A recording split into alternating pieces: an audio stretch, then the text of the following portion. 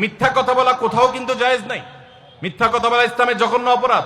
কিন্তু স্বামী স্ত্রী পরস্পরের সাথে প্রশংসামূলক, যেটাকে সহজ বাংলায় পাম্পট্টি বললাম, এই পাম্পট্টিমূলক বা প্রশংসামূলক মিথ্যা কথা বলা জায়েজ আছে। কিরকম?